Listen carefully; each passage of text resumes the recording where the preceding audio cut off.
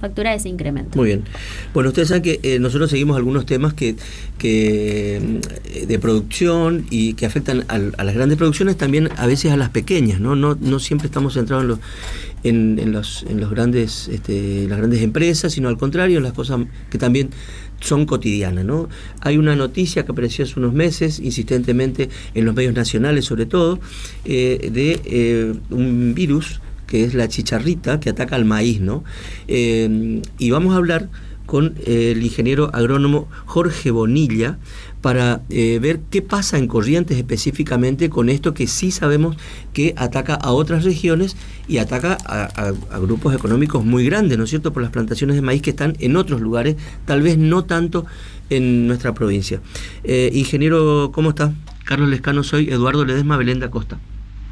Hola, buen día, ¿cómo están? Muy bien. Un saludo para usted y para su audiencia. ¿De qué estamos hablando cuando hablamos de la chicharrita? La chicharrita en realidad es un complejo de enfermedades que afectan al cultivo de maíz. Son 3 patógenos que son específicos del maíz y que son transmitidos por esta chicharrita, cuyo nombre científico es Albulus maíz, porque hay un montón de chicharritas en la región, pero es una sola especie específicamente la que transmite esta enfermedad y provoca serios daños en la productividad del cultivo de maíz, ¿no es cierto? ¿Qué hace? ¿Lo seca, lo funde, lo qué? Básicamente son patógenos que se multiplican dentro de los ácidos vasculares de la planta, en términos venos científicos serían como las venas del maíz, digamos, se van multiplicando dentro del tallo del maíz y obturan todos los vasos que comunican la hoja con la mazorca donde van a estar los granos y impide, digamos, que lo que se produce en la hoja vaya a los granos. Entonces la planta termina no produciendo los granos o granos muy livianitos y finalmente se seca porque también le atacan otras enfermedades, como nosotros, digamos, cuando estamos enfermos empiezan a aparecer otras pestes y terminan matando la planta o bajando la productividad a valores realmente que pueden llegar a ser cero, ¿no? ¿Y por qué tendríamos que poner atención en esto en Corrientes? ¿A quiénes afecta? Básicamente a todo lo que es producción de maíz. Es una enfermedad endémica de América. En Brasil está hace muchos años, en la Argentina no se da todos los años, pero el año pasado, que fue un año bastante benigno en cuanto al invierno, el vector, que es esta chicharrita, se multiplicó muy fuertemente y afectó a todo el área de cultivo de maíz, digamos, para toda la región, prácticamente hasta la zona central del país. Y esto obviamente también afecta al cultivo dentro de la provincia de Corrientes, que si bien no es una provincia que produzca maíz, digamos, sí produce arroz, pero maíz, que es uno de los insumos fundamentales a la hora de la producción en nuestra provincia, la producción ganadera, ¿no es cierto? Claro. Es un cultivo incipiente en la región, sobre todo en la zona central de Corrientes, y realmente esto es un traspié, digamos, que afecta a la producción y al autoabastecimiento de maíz de la provincia, ¿no? Jorge, pero además de esto ataca a las pequeñas chacras, y que, por supuesto, ¿para qué sirve? Para el chancho, para la gallina, ¿no es cierto? Esto afecta, ¿no? Exactamente, afecta a todos, no hay discriminación, no hay híbridos o variedades, digamos, de maíz que sean tolerantes todavía a la enfermedad. Sí, en Brasil hay algunas que son medianamente tolerantes, pero en nuestra región prácticamente todas son susceptibles, en mayor o menor grado, sin un manejo de esta enfermedad, y afecta no solamente al pequeño productor que produce para su cerdo, para su gallina, sino también al que produce maíz amarillo para ¿cómo se llama? Para el Maipú y todos los usos normales que le damos al maíz, el pequeño productor o el gran productor, ¿no? Nosotros, Jorge, producimos solo para autoabastecernos, ¿no sale maíz de acá? Corrientes es deficitaria en maíz. Corrientes tiene importa maíz. Exactamente, se importa principalmente de Chaco, Santiago del Estero y Salta, y es una gran oportunidad para Corrientes. Corrientes tiene, bueno, el INTA lo ha demostrado ya en varias ocasiones, tiene una gran aptitud para producción de maíz en varias zonas, no en superficies como la de Santiago del Estero o Chaco, pero sí como para lograr autoabastecerse. Con lo cual... y más o menos en porcentaje, ¿qué es lo que te traemos de afuera, digamos?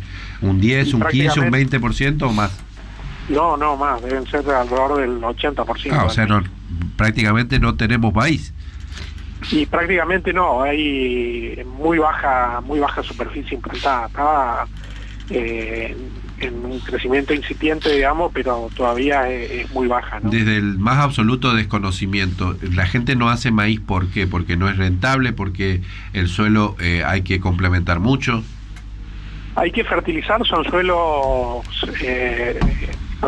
más pobres en cuanto a nutrientes, principalmente fósforo, con lo cual hay que fertilizar, hay que conocer un poco el manejo del cultivo. Corrientes, si bien tiene una historia agrícola, pero básicamente orientada al arroz y a la forestación y a los frutales. Este es un cultivo de corte de verano, más o menos, ¿no? Exactamente. Y bueno, en el Corrientes tiene la ventaja de que pueden ser, de hecho se hace, y principalmente por esta enfermedad se hace siembras tempranas, ahora de primavera. De hecho ya hay sembrados maíz en la zona de Mercedes, de Curuzú, ya hay superficie sembrada en esta época, ¿no?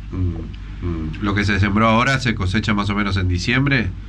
Un poco más, en enero, principio de febrero aproximadamente. Y después está la cosecha también, porque con esos calores, para hacerlo manual es bastante complicado, y si no tener una máquina para una producción pequeña tampoco es, digamos, un cálculo bueno para hacer.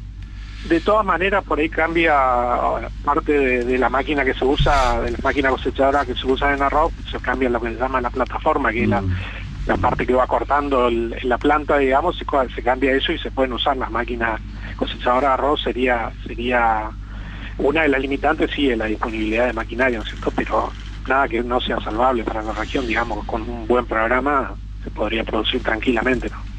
Jorge, volviendo a la cuestión de la chicharrita del maíz, buscamos en internet y la primera información que nos sale es que cuenta con una gran capacidad de dispersión, y hay un dato que me llama la atención, que me gustaría corroborarlo con vos, que tiene un desplazamiento de hasta 30 kilómetros o más, y más teniendo en cuenta los vientos. ¿Eso es así? ¿Cómo es el dato? Sí, es correcto. Por eso gran parte del trabajo es evitar, digamos, gran parte del manejo de esta enfermedad, evitar la dispersión o la multiplicación de esta chicharrita. Normalmente se puede desplazar entre 20 y 30 kilómetros de un lote que está enfermo. Normalmente la chicharrita prefiere plantas jóvenes y es el momento de mayor susceptibilidad del cultivo, entonces la infección se produce en la etapa temprana y la manifestación de síntomas es al momento de la cosecha. Entonces muchas veces no asociamos, digamos, qué fue lo que pasó. Pero, la cuestión es que hay plantas que son resistentes, decías vos, en Brasil, pero en el caso que no, digamos, ¿con qué se ataca esto? Claro. ¿Cómo se combate? Esto lo tienen que pensar como una pirámide de manejo, digamos. Lo principal es evitar que la chicharrita y el patógeno se multipliquen, ¿no es cierto? Y básicamente eso es medio contradictorio, pero es no teniendo maíz, digamos. Durante el invierno no tener maíz, para que la chicharrita, si está con 90 días sin maíz, se alimenta únicamente de maíz. Por ahí uno la puede encontrar en el pasto o en la vegetación nativa, pero se alimenta únicamente de maíz. Entonces, si tenemos 90 días libres de maíz, la mayor parte de las chicharritas se mueren. Es cierto que pueden venir de otras regiones, pero no en los números que tuvimos el año pasado, digamos.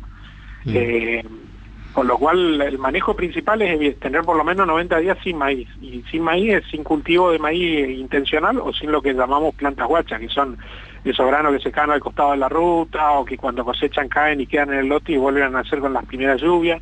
Tratar de mantener libre de maíz eso, por lo menos 90 días, ¿no es cierto?, para que se mueran las chicharritas. Este año se dio porque tuvimos heladas muy fuertes, digamos. El año anterior no se dio porque tuvimos un invierno muy, muy benigno, que no hubo prácticamente heladas, ¿no? Claro.